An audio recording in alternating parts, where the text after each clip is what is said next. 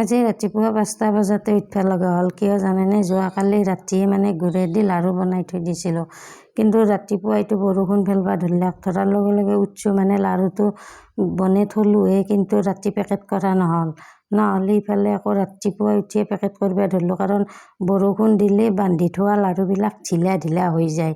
সেইকাৰণে ৰাতিপুৱা উঠিয়ে লাড়ুখিনি পেকেট কৰিলোঁ। পেকেট কৰিয়ে ইফালে আৰু ময়ো পিঠা বনাত লাগিলোঁ। বোলো যা আজি ৰাতিপুৱাই সোনকালে পিঠাখিনি বনাওঁ, মানে যোৱাকালি কলা চাউলৰ পিঠা বনা নহ'ল, আজি মানে গুৱাহাটীত পিঠা লাড়ু লৈ যাব।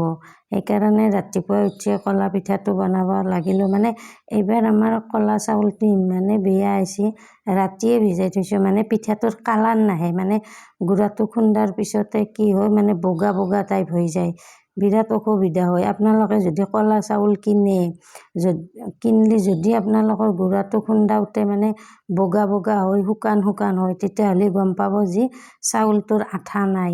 আমাৰো এই বস্তা চাউলৰ আঠা নাই, কিন্তু আমি পানী দি মানে আধা বিৰাট পানী সানি দি মানে গুড়াটো খুন্দছোঁ। পানীনো আৰু কিমান সময় থাকিব, মানে শুখে যায়। সেইকাৰণে মানে কলা চাউলটো অলপকৈ খুন্দি আছোঁ, মই বনাই আছোঁ, নহ'লে পিঠা টাৱাতে ভাঙি যায়। কেতিয়াবা মানে বৰ দিগদাৰ হয় এই চাউলৰ কাৰণে। বাকীকেইটাইতো এই চাউলৰ পিঠাটো বনাবই নোৱাৰে। যিও এজনী বাইদেউক বনাব দিওঁ, মানে সিমান এটা ভাল নহয়, সেইকাৰণে ময়ে বনাওঁ। আৰু এটা কথা, এই বাইদেউহঁত থকাৰ কাৰণে মোৰ কিমান সুবিধা হৈছে। ইহঁত নাথাকিলেতো মই এতিয়াতো পিঠা বনাবই নোৱাৰিলোঁ হয়, কাৰণ গুড়াটো আৰু অকলে খুন্দবা নোৱাৰোঁ। মানে বগা বৰা চাউলৰ গুড়াটো খুন্দবা পাৰি, মানে কলাটো অকলে খুন্দবা নোৱাৰে। ইহঁত থকাৰ কাৰণে মোৰ ৰাতিপুৱাই মানে কামটো আৰম্ভ কৰিব পাৰিছোঁ।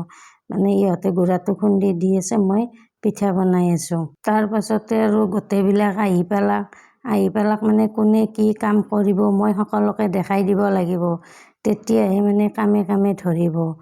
মই কলা চাউলৰ পিঠাখিনি মোৰ বনোৱা হোৱাই নাই, কিন্তু এতিয়া 9টা বাজি গ'লে, মানে ইমান দেৰিকৈ আহে ইহঁতকেইটাইও, ইফালে গধূলি নহওঁতে যাওঁ কৰেয়ে। এওঁক বনাব দিছোঁ এয়া গুড়েদি নাৰিকলৰ পিঠা, মানে বেলেগ ধৰণৰ পিঠা বনাই আছোঁ, মানে একবিধ পিঠাই বনোৱা নাই যে। ইফালে আৰু এওঁ বনাই আছে এয়া তিলৰ পিঠা বনাই আছে। এওঁৰ গুড়া দিয়া চিষ্টেমটো চাওকচোন কেনেকুৱাকৈ দিয়ে, মানে সকলোৰে গুড়া দিয়া চিষ্টেমটো বেলেগ। এওঁ বনাই আছে আৰু চেনি দিয়া নাৰিকলেদি পিঠা। ইফালে এওঁ আৰু উঠি গ'ল, মানে ভিডিঅ'ত নুঠে। এওঁ বনাইছে গুড়েদি, ইফালে বাইদেউ বনাইছে গুড়েদি, মানে গোটেইকেইটাকে আৰু ভাগে কামত লগাই দিছোঁ। মানে ঢেঁকীত থকাকেইটাই মানে পিঠা বনাব নাজানে, সেইকাৰণে সিহঁতক গুড়া খুন্দবা দিওঁ। আচলতে গোটেইকেইটাই পিঠা বনাব জানিলে ভাল, কিয় জানেনে? তেতিয়া অলপ হলা-হলি কৰি থাকিব পাৰি। মানে এনেই দিনটো মানে পিঠা বনাই বহি থকাটো ইমান সহজ নহয়, কঁকাল চকাল বিষাই যায়।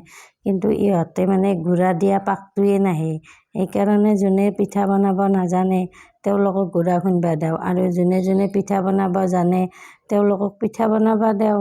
বহাগ বিহুৰ কাৰণে পিঠা বনোৱাটো বৰ কষ্ট, মানে দিনটো টাৱাৰ মানে জুইৰ কাষত বহি থকাটো ইমান সহজ নহয়।